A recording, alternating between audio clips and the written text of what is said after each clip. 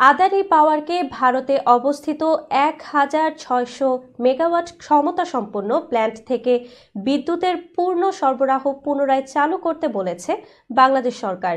বাংলাদেশের এক কর্মকর্তা বার্তা সংস্থা রয়টার্সকে এ তথ্য জানিয়েছেন।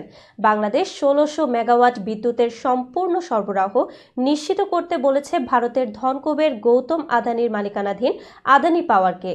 এক কর্মকর্তার বরাত দিয়ে রয়টার্স জানিয়েছে, আদানি পাওয়ারের বিদ্যুৎ কেন্দ্রে উৎপাদিত পুরো বিদ্যুৎ সরবরাহের নির্দেশ দিয়েছে ঢাকা। বার্তা সংস্থাটির প্রতিবেদনে বলা হয়েছে, শীতের মৌসুমে চাহিদা কম থাকায় এবং অর্থ প্রদান সংক্রান্ত জটিলতার কারণে গত ৩ মাসেরও বেশি সময় সরবরাহ কম ছিল। এখন আদানিকে সেই প্ল্যান্ট থেকে বিদ্যুতের পূর্ণ সরবরাহ পুনরায় চালু করতে বলেছে অন্তর্বর্তী সরকার।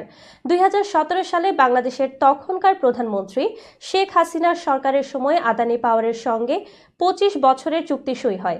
ভারতের ঝাড়খণ্ড রাজ্যে অবস্থিত $২ বিলিয়ন ব্যয়ে নির্মিত এই প্ল্যান্টটি ৮০০ মেগাওয়াট ক্ষমতার ২টি ইউনিট নিয়ে নির্মিত, যা একচেটিয়াভাবে বাংলাদেশে বিদ্যুৎ সরবরাহ করে। প্রতিবেদনে বলা হয়, অর্থ দিতে দেরির কারণে আদানি পাওয়ার ২০২৩ সালের ৩১ অক্টোবর থেকে বাংলাদেশে বিদ্যুৎ সরবরাহ অর্ধেকে নামিয়ে আনে।